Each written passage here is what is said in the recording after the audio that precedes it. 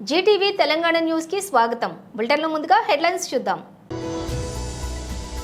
పట్నం నరేందర్ రెడ్డితో ములాఖాత్ అనంతరం మీడియాతో మాట్లాడుతున్న మాజీ మంత్రి ఎమ్మెల్యే హరీష్ రావు. బీఆర్ఎస్ కాంగ్రెస్ కలిసి తెలంగాణని దోచుకుంటున్నారు. బీజేపీ రాష్ట్ర అధికార ప్రతినిధి రాణి రుద్రమారెడ్డి. ఆ కమోడ్ స్పెషాలిటీ ఏంటంటే అసెంబ్లీలో నవ్వులు పోయించిన విష్ణుకుమార్ రాజు. తాడేపల్లిలోని పార్టీ కేంద్ర కార్యాలయంలో Yerragondapalem MLA Shri Tatiparthi Chandrasekhar press meet. 25 లక్షల కోట్ల ఆస్తి, ప్రపంచంలోనే రిచెస్ట్ ఫ్యామిలీ ఇది. ఇక డీటెయిల్స్ చూస్తే పట్నం నరేందర్ రెడ్డితో ములాఖాత్ అనంతరం మీడియాతో మాట్లాడుతున్న మాజీ మంత్రి ఎమ్మెల్యే హరీష్ రావు. మా భూములు ఫార్మా కంపెనీలకు ఇవ్వమని ఆ ప్రాంత ప్రజలందరూ కూడా గత కొన్ని నెలలుగా పోరాటం చేస్తా ఉన్నారు. మరి అక్కడ ఎమ్మెల్యేగా ఉన్న రేవంత్ రెడ్డి తనకు ఓట్లేసినటువంటి కొడంగల్ ప్రజలకు పిలిచి మాట్లాడాలి, వారి సమస్య పరిష్కారం చేయాలి. కానీ పోలీసుల చేత, గుండాల చేత, రాజకీయ నాయకుల చేత వాళ్ళని బెదిరించేటువంటి ప్రయత్నానికి రేవంత్ రెడ్డి గారు పాల్పడతా ఉన్నారు. అంటే నీకు ఓటేస్తే ఏదో మేలు జరుగుతుంది, మేమంతా బాగుపడతాము, 15,000 రూపాయల రైతు భరోసా వస్తుంది, 2,500 మహాలక్ష్మి వస్తుంది, 4,000 పెన్షన్ వస్తుంది అని మేం బాగుపడతామని నీకు ఓట్లేస్తే, నీకు ఓట్లేసిన పాపానికి ఆ లఘుచర్ల గ్రామ ప్రజల మీద కర్కశంగా ఇవాళ నువ్వు వ్యవహరిస్తా ఉన్నావు. కట్టు బట్టలతో, పిల్ల పాపలతో ఊరు విడిచి పారిపోయేటట్టు చేసావు. అంటే నీకు ఓట్లేసి గెలిపిస్తే నువ్వు వాళ్ళకి ఇచ్చిన బహుమానం ఇది? వాళ్ళ భూములు గుంజుకోవడమే, కుట్రపూరితంగా చేయడమే నువ్వు ప్రజలకు చేసే సేవనా అని చెప్పి మేము అడుగుతా ఉన్నాం. పట్నం నరేందర్ రెడ్డి గారు ఒక ప్రతిపక్ష పార్టీగా, ప్రతిపక్ష నాయకుడిగా ఆ రైతులకు అండగా నిలిచే ప్రయత్నం చేసినాడు, రైతులకు ధైర్యాన్ని ఇచ్చే ప్రయత్నం చేసినాడు. ఆయనకు ఏ సంబంధం లేదు. కాంగ్రెస్ పార్టీ నాయకులు మాట్లాడుతుండ్రు ఈ సంఘటన జరిగి ఇవాళ మీరు ప్రతిపక్షాల మీద అక్రమ కేసులు పెట్టచ్చు, కానీ ప్రజా తిరుగుబాటు నుంచి తప్పించుకోలేరు. ఇవాళ నేను అడుగుతా ఉన్నా, ఎవరు జరిగినా బీఆర్ఎస్ కుట్ర అంటాడు. మొన్నటిదాకా నిరుద్యోగ యువత అశోక్ నగర్ లో ఎస్సీ, ఎస్టీ, బీసీలకు అన్యాయం జరుగుతా ఉంది, జీవో 29 రద్దు చేయండి అని చెప్పి అశోక్ నగర్ లో నిరుద్యోగ యువత రోడ్ల మీదకి వస్తే అది దాని వెనుక బీఆర్ఎస్ పార్టీ ఉందని రేవంత్ రెడ్డి గారు మాట్లాడుతూ ఉంటారు. రైతులు మా పత్తికి, వరికి మద్దతు ధర రావడం లేదు, రైతు భరోసా రాలేదు, రైతులకు రుణమాఫీ కాలేదని రైతులు రోడ్ల మీదకి వస్తే బీఆర్ఎస్ పార్టీ రైతుల చేత ధర్నా చేయిస్తుందని ముఖ్యమంత్రి గారు మాట్లాడుతూ ఉంటారు. మా స్పెషల్ పోలీసులు, మాకు ఏక్ పోలీసింగ్ పద్ధతి కావాలి, మా సరెండర్ లీవులు మాకుండాలి, మమ్మల్ని ఇబ్బంది పెడుతున్నారని పోలీసులు రోడ్ల మీదకి వచ్చి ధర్నాలు చేస్తే దాని వెనుక బీఆర్ఎస్ పార్టీ కుట్ర ఉందని రేవంత్ రెడ్డి గారు మాట్లాడుతుంటారు. గురుకుల విద్యార్థులు ఈ పురుగులన్నం మేము తినలేకపోతా ఉన్నాం, మాకు నీళ్ల చారుతో మేము తినలేకపోతున్నాం అని గురుకుల విద్యార్థులందరూ రోడ్ల మీదకి వచ్చి ధర్నాలు చేస్తుంటే ఇది బీఆర్ఎస్ వాళ్ళే చేయిస్తుండ్రని ముఖ్యమంత్రి గారు మాట్లాడతారు. చివరికి ఆయన స్వంత నియోజకవర్గంలో మా గిరిజన సోదర సోదరీమణులు మా భూములు మాకు కావాలి, ఫార్మాసిటీకి మేము భూములు ఇవ్వము అని చెప్పి నీ నియోజకవర్గ గిరిజనులు రోడ్ల మీదకి వచ్చి పోరాడితే దీని వెనుక బీఆర్ఎస్ పార్టీ కుట్ర ఉందని రేవంత్ రెడ్డి గారు మాట్లాడుతుంటారు. అంటే ప్రతిపక్షం, ప్రజలు మాకు ఇచ్చిన బాధ్యత ఏంది? బీఆర్ఎస్ కాంగ్రెస్ కలిసి తెలంగాణని దోచుకుంటున్నారు అని బీజేపీ రాష్ట్ర అధికార ప్రతినిధి రాణి రుద్రమారెడ్డి అన్నారు. మీడియా మిత్రులకు నమస్కారం. ఒక దిక్కు రాష్ట్రంలో కేంద్ర ప్రభుత్వ పథకంలో భాగంగా కేటాయించినటువంటి అమృత్ టెండర్లలో అన్యాయం జరిగిందని, అక్రమం జరిగిందని రేవంత్ రెడ్డి గారి బావమరిది సూదిని సృజన్ రెడ్డి గారి కంపెనీకి అక్రమంగా కేటాయింపులు జరిగాయని చెప్పి ఢిల్లీలో చక్కర్లు కొడుతూ కేటీఆర్ గారు, ప్రధానమంత్రి నరేంద్ర మోడీ గారే అమృత్ టెండర్లను రీకాల్ చేయాలి అని డిమాండ్ చేస్తున్నారు. మరొక దిక్కు రాష్ట్రంలో లగిచెర్లలో ఇదే బీఆర్ఎస్ పార్టీ, కాంగ్రెస్ పార్టీ ఇద్దరూ కలిసి అగ్గిరాజేసి అక్కడ ఉన్నటువంటి ప్రజలను, రైతులను రెచ్చగొట్టి అధికారులపైన దాడులు చేపిస్తున్నారు. ఈ రెండు అంశాలకు సంబంధించి అటు అమృత్ టెండర్లు కేటాయించినటువంటి కంపెనీ రేవంత్ రెడ్డి గారి బావమరిది సూదిని సృజన్ రెడ్డి గారిది. ఇటు లగిచెర్లలో నిర్మించబోతున్నటువంటి ఫార్మా కంపెనీ రేవంత్ రెడ్డి గారి బావమరిది సూదిని సృజన్ రెడ్డి గారిది. అయితే ఈ సూదిని సృజన్ రెడ్డి గారు ఎవరు అనంటే లిక్కర్ కేసులో కవిత గారితో సహభాగస్వామ్య వ్యాపారం చేసి లిక్కర్ కేసులో నిందితులుగా ఉన్నటువంటి సూదిని సృజన్ రెడ్డి గారే ఈ సూదిని సృజన్ రెడ్డి గారు. అంటే లిక్కర్ కేసులో కవిత గారితో ఈ సూదిని సృజన్ రెడ్డి గారు బిజినెస్ పార్ట్నర్. దాంతో పాటే అడికోర్ ఇన్ఫ్రాస్ట్రక్చర్ ప్రైవేట్ లిమిటెడ్ అనేటువంటిది ఇంకొక కంపెనీ ఉంది. ఇది 2010లో స్థాపించబడినటువంటి కంపెనీ. ఈ కంపెనీలో ఈ రోజు వరకు కూడా కల్వకుంట్ల కవిత గారు అంటే కేసీఆర్ గారి కూతురు, కేటీఆర్ గారి సోదరిమణి ఆవిడ మరియు ఇవాళ రేవంత్ రెడ్డి గారి బావమరిది సాదిని సృజన్ రెడ్డి గారు. ఇవాళ ఏపీ అసెంబ్లీ సమావేశాల సందర్భంగా బీజేపీ ఎమ్మెల్యే విష్ణుకుమార్ రాజు సభలో తన ప్రసంగంతో నవ్వులు పోయించారు. ఇంతకీ ఆయన మాట్లాడిన టాపిక్ ఏంటంటే ఋషికొండ ప్యాలెస్ లగ్జరీ కమోడ్. ఇటీవల సీఎం చంద్రబాబు సహా ఋషికొండ ప్యాలెస్ ను సందర్శించిన వాళ్ళందరూ ఆ విలాసవంతమైన కమోడ్ దగ్గరే ఆగిపోయి ఎక్కువసేపు పరిశీలించారంటే అతిశయోక్తి కాదు. 11 లక్షల ఖరీదు చేసే ఆ కమోడ్లో ప్రత్యేకత ఏంటి అనే చర్చ కూడా బాగా నడిచింది. ఇప్పుడు విష్ణుకుమార్ రాజు అసెంబ్లీ సాక్షిగా తనదైన శైలిలో కమోడ్ గురించి వ్యాఖ్యానించారు. ఆ కమోడ్ మీద కూర్చునే అవకాశం నాకు రాలేదు అధ్యక్ష, కానీ ఇక్కడున్న సభల్లో ఆ కమోడ్ మీద కూర్చునే అవకాశం ఎవరికైనా వచ్చిందేమో తెలియదు. ఇక్కడ పెద్ద పెద్ద వారు ఉన్నారు, డబ్బున్నవారు ఉన్నారు, కోటీశ్వరులు ఉన్నారు. ఇంతకీ ఆ కమోడ్కు అంత ఖరీదు ఎందుకంటే అధ్యక్ష, వాళ్ళు చెప్పింది ఏమిటంటే అంతా ఆటోమేటిక్ వాషింగేనట అధ్యక్ష. దాని మీద మనం కూర్చుంటే చాలు, మనమేం చేయనక్కర్లేదు. ఆటో వాషింగ్ అదే వాషింగ్ చేసేస్తుందట. మనం చేతులు వాడాల్సిన అవసరం లేదు, నాప్కిన్లు వాడాల్సిన అవసరం లేదు, లేకపోతే టిష్యూ పేపరు వాడాల్సిన అవసరమూ లేదు. మొత్తం ఆటోమేటిక్ అంటూ విష్ణుకుమార్ రాజు సభలో హాస్యం పండించారు. ఇతర ఎమ్మెల్యేలే కాదు, స్పీకర్ కుర్చీలో ఉన్న అయ్యన్న పాత్రుడు సైతం విష్ణుకుమార్ రాజు వివరణకు నవ్వకుండా ఉండలేకపోయారు. దీనికి సంబంధించిన వీడియో సామాజిక మాధ్యమాల్లో ఇప్పుడు వైరల్ అవుతోంది. అధ్యక్ష, స్నానం చేసే ముందు మనకి జనరల్ అలవాటు ఏంటంటే టాయిలెట్ని వాడుకోవటం అధ్యక్ష. ఈడబ్ల్యూసి వాటర్ క్లాజెట్, దాని తెలుగులో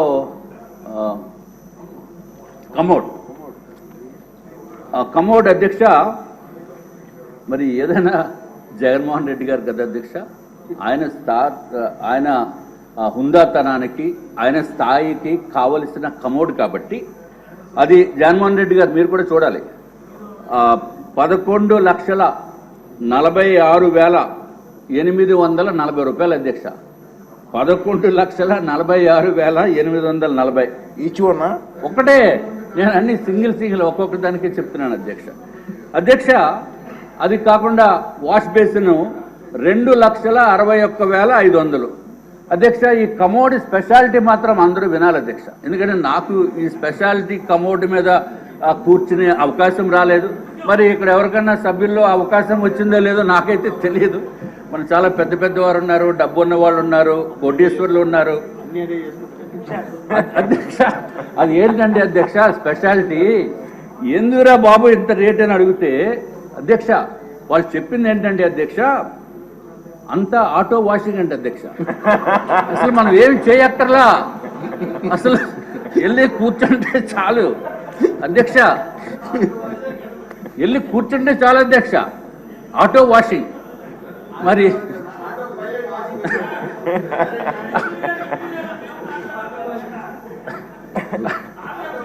అధ్యక్ష మనం చేతులు వాడుకోవాల్సిన అవసరం లేదు, లేకపోతే నాప్కిన్స్ వాడవలసిన అవసరం లేదు, టిష్యూ పేపర్ వాడవలసిన అవసరం లేదు. అంతా ఆటోమేటిక్ అధ్యక్ష, అంతా ఆటోమేటిక్ అధ్యక్ష. మరి సభ్యులు ఏమన్నా అటువంటి automatic auto washing system, washing అంటే తమకు తెలుసు కదా అధ్యక్ష, క్లాజెట్ మీద కూర్చున్న తర్వాత. నేనేదో కార్లు వాషింగ్ చూశాను కానీ ఇక్కడ కూర్చున్నప్పుడు వాషింగ్ సిస్టమ్ చూడలేదు అధ్యక్ష. మరి ఎవరన్నా చూసారేమో లేకపోతే ఎవరన్నా ఆ అనుభవం ఉందేమో నాకు తెలియదు అధ్యక్ష. అమ్మో మా మంత్రి గారికి తెలుసు అధ్యక్ష. ఎనీవే అధ్యక్ష, తర్వాత అధ్యక్ష స్నానం చేసేటప్పుడు ఈ షవర్ మిక్సింగ్ ఒకటి చేయాలి అధ్యక్ష. అది ప్లెయిన్ షవర్ కాకుండా హాట్ వాటరు, కోల్డ్ వాటరు, 3-వే మిక్సింగ్ షవర్ ఒకటి ఉంటుంది అధ్యక్ష. దాని ఖరీదు 4,27,317 అధ్యక్ష.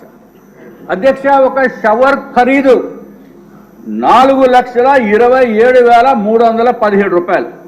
తాడేపల్లిలోని పార్టీ కేంద్ర కార్యాలయంలో Yerragondapalem MLA Shri Tatiparthi Chandrasekhar press meet నిర్వహించారు. అందరికీ నమస్కారం.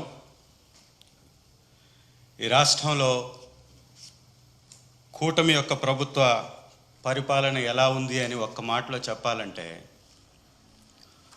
అప్పుల జాతరగా,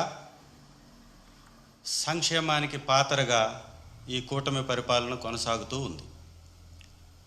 ఎందుకు ఈ మాట అంటున్నామంటే 6 నెలల్లో దాదాపు 50,000 కోట్ల రూపాయలు చేసి అప్పులు ఒకవైపు కనపడుతుంటే ఈ అప్పుల వలన ఏమన్నా సంక్షేమానికి పెద్దపీట వేస్తారా అని చూస్తే వారు ఈ సెషన్లో ఇచ్చినటువంటి ఆ బడ్జెట్ ప్రసంగంలో కానీ బడ్జెట్ పేపర్లో కానీ ఎక్కడా కూడా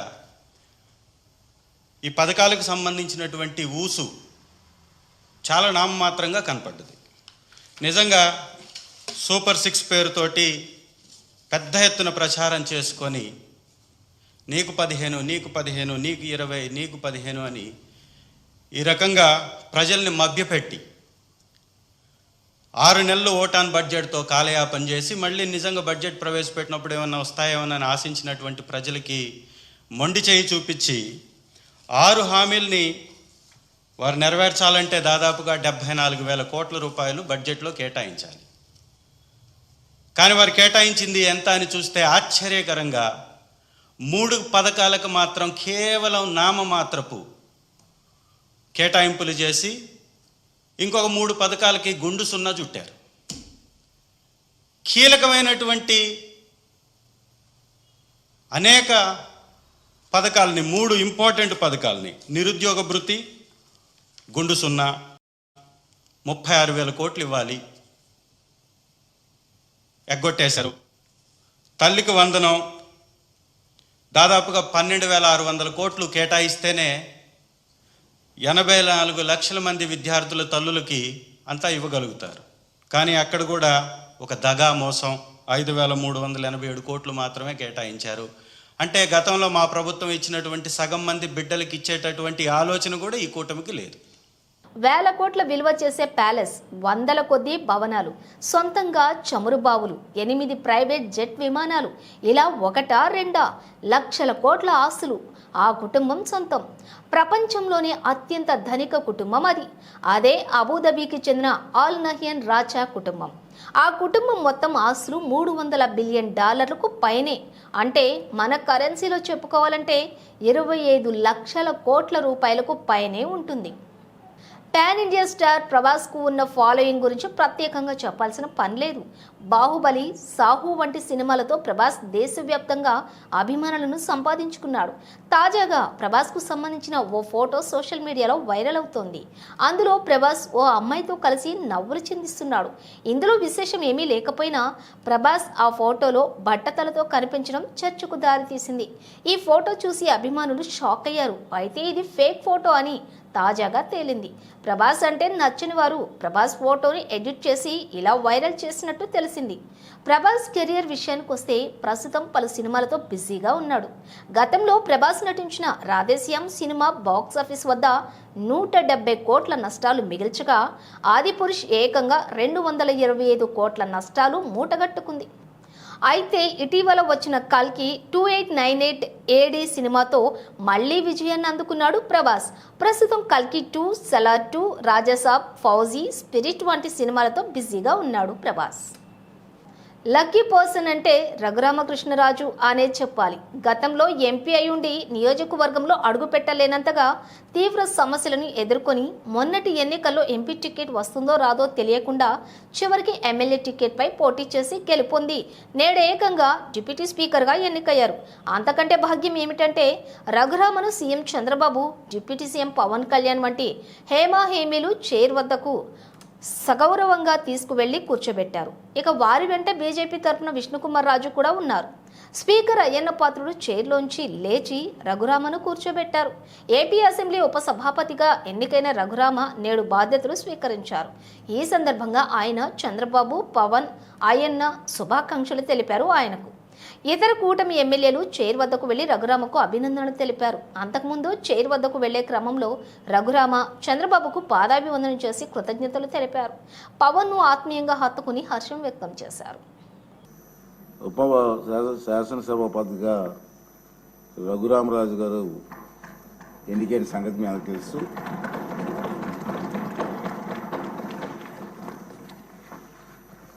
రఘురామకృష్ణరాజు గారు సభాపతిగా ఏకగ్రీవంగా ఎన్నికైనందుకు నాకు మనందరికీ కూడా సంతోషమే. నాకు మరీ సంతోషం ఏంటంటే అతనికి మాకు చాలా సంవత్సరాలుగా కలిసి ఉన్నాం, ఫ్రెండ్లీగా, ఇప్పుడు కూడా నవ్విస్తూ ఉండే వ్యక్తి. అటువంటి వ్యక్తి ఇక్కడ డిప్యూటీ స్పీకర్గా రావడం మనందరికీ ఉల్లాసంగా ఉంటుంది. ఇంకా అతను సీట్లో ఉంటే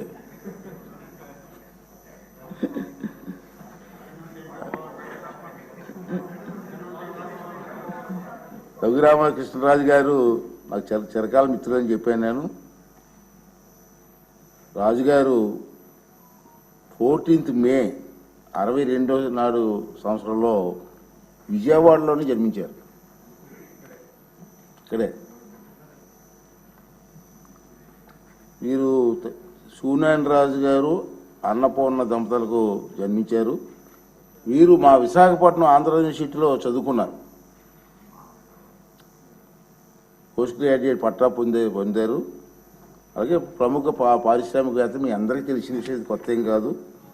వేల మందికి ఉద్యోగ అవకాశాలు కూడా పారిశ్రామికవేత్తగా కల్పించిన వ్యక్తి.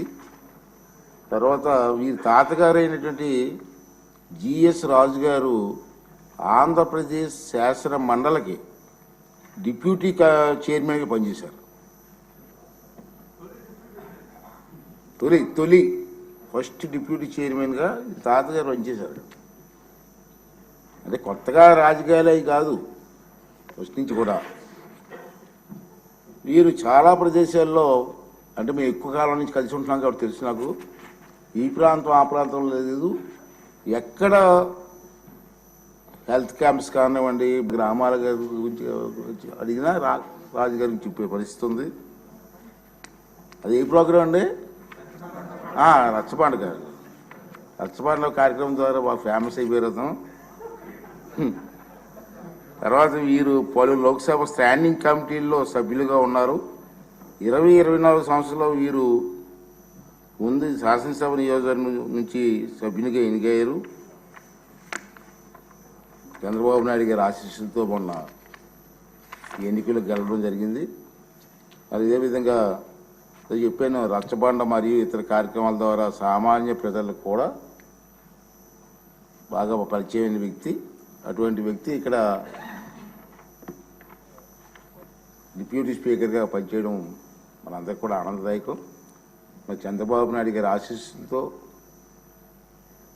రాజుగారు ఇంకా బ్రహ్మాండంగా పనిచేసి చిరస్థాయిగా మీ పేరు ఉండిపోయే విధంగా పనిచేసే అవకాశాన్ని భగవంతుడు మీకు ఇవ్వాలని చెప్పి మనస్ఫూర్తి కోరుకుంటూ మీకు శుభాకాంక్షలు తెలియజేస్తున్నాను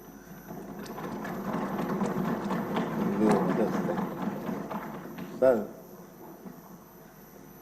బాబు గారు, కళ్యాణ్ గారు,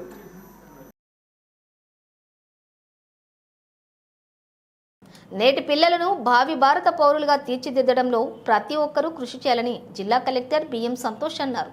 చిల్డ్రన్స్ డే సందర్భంగా జిల్లా కేంద్రంలోని బాల సదనంలో స్త్రీ శిశు సంక్షేమ శాఖ ఆధ్వర్యంలో ఏర్పాటు చేసిన జాతీయ బాలల దినోత్సవం కార్యక్రమంలో జిల్లా న్యాయ సేవ అధికార సంస్థ కార్యదర్శి గంటా కవితాదేవితో కలిసి జిల్లా కలెక్టర్ బిఎం సంతోష్ ముఖ్య అతిథిగా పాల్గొన్నారు. ఈ సందర్భంగా జ్యోతి ప్రజ్వలన చేసి జవహర్లాల్ నెహ్రూ చిత్రపటానికి పూలమాలలు వేసి ఘనంగా నివాళులర్పించారు.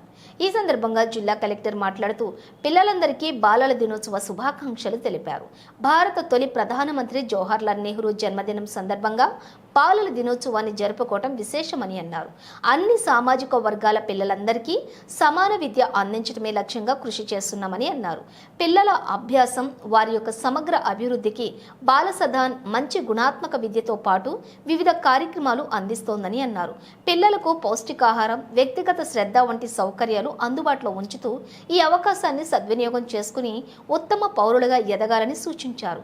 ఇవాల్టి పిల్లలు రేపటి పౌరులు అని పేర్కొంటూ పిల్లలు బాగా చదివి జీవితంలో ఉన్నత స్థాయికి చేరుకోవాలని అన్నారు.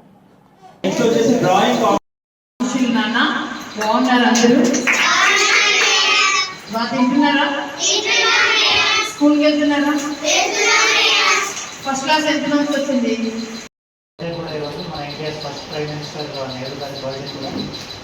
ఎందుకు ఈ చిల్డ్రన్స్ డే జరుపుకుంటున్నామంటే వన్ ఆఫ్ ద ఫౌండేషన్ ఎందుకు చిల్డ్రన్స్ డే జరుపుతున్నామంటే ఆల్ చిల్డ్రన్స్కి ఈక్వల్ ఎడ్యుకేషన్ ఆపర్చునిటీ ఉండాలి. వాళ్ళు ఏ బ్యాక్గ్రౌండ్ నుంచి వచ్చినా, ఏ సోషల్ ఎకనామిక్ బ్యాక్గ్రౌండ్ నుంచి వచ్చినా కూడా వాళ్ళకి equal education, quality education and quality health irrespective of వాళ్ళ బ్యాక్గ్రౌండ్ ఉండాలి అనే ఉద్దేశంతో అప్పుడు నేను చిల్డ్రన్స్ డేని స్టార్ట్ చేస్తున్నాను. సో దాన్ని ఏమి ఉద్దేశం ఉండేది ఇప్పుడు ఇక్కడ రావడం వల్ల నాకేం అర్థమవుతుంది అంటే అది యాక్చువల్లీ రియలైజ్ అవుతుంది. బాల సదన్ వల్ల డెఫినెట్లీ అది రియలైజ్ అవుతుంది అనేది నా ఆలోచన. ఎందుకంటే ఇప్పుడు బులెటిన్ ముగించే ముందు హెడ్లైన్స్ మరోసారి.